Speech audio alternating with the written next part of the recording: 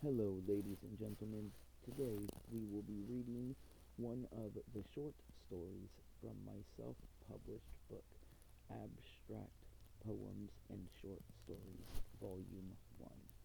Now let's begin. Silent screams in the house. As she lay her head to rest, she hears the sound of screams, and as she drifted into sleep, she woke from fear.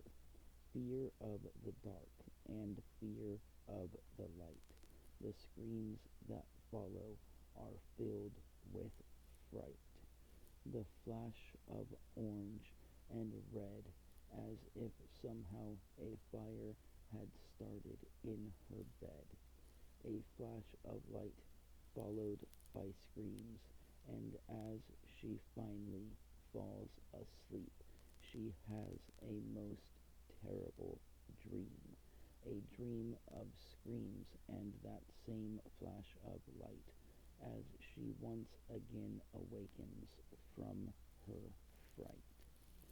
As she hears the screams coming from her, she then realizes that she had burned, burned to death in this very house. A trapped spirit runs about. As she silently screams, the people who now live here can only hear her in their dreams. Dreams that instantly fade away, but the silent screams are forever to stay.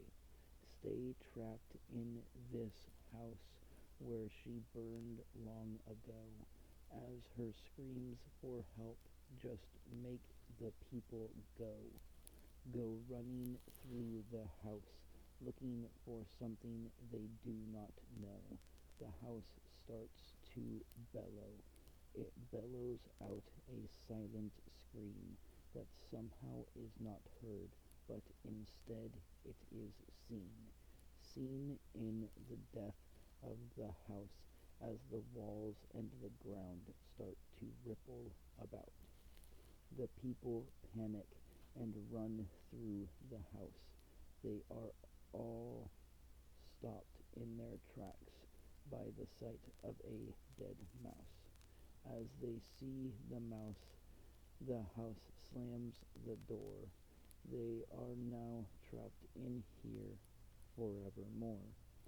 The walls start to bleed as the house now smells of rot, and the spirit of a girl lights up the spot.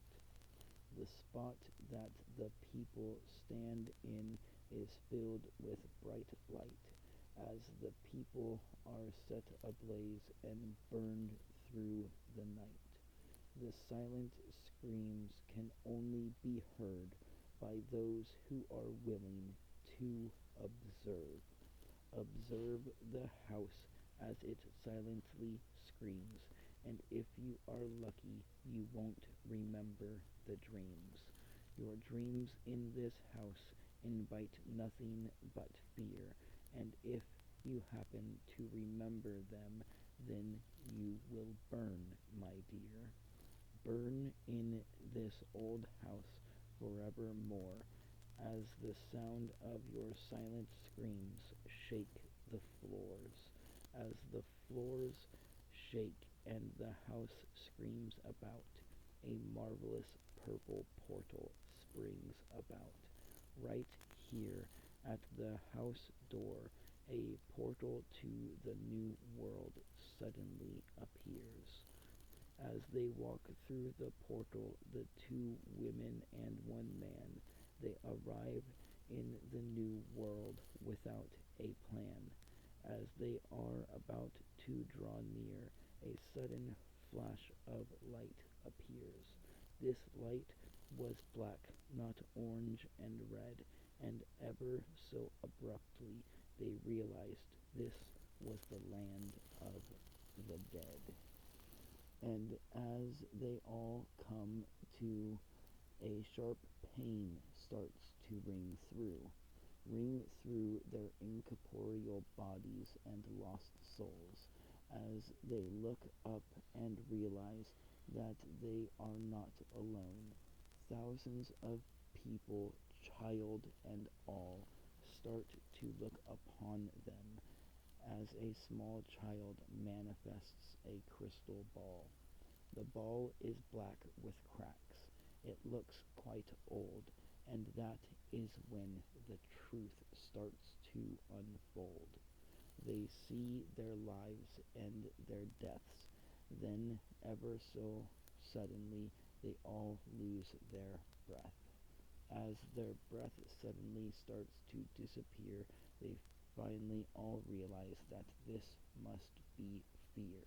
The fear of pain and the fear of death haunted every one of them until their last breath.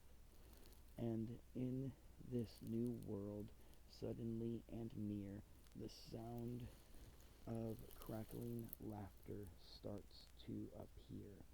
As they look around, a headless horse forthwith appears. As the crackling laughter stops, and the child with the crystal ball disappears. Next to the headless horse, a mangled woman appears. She has long nails that look as if they had never been cut, and her organs are spilling out of her gut. One eye hanging from a socket with a missing ear. The woman smelled of death and rot as she walked near. They could also smell fear once she was close. The headless horse started to buck, and at that moment all the spirits were forthwith in luck.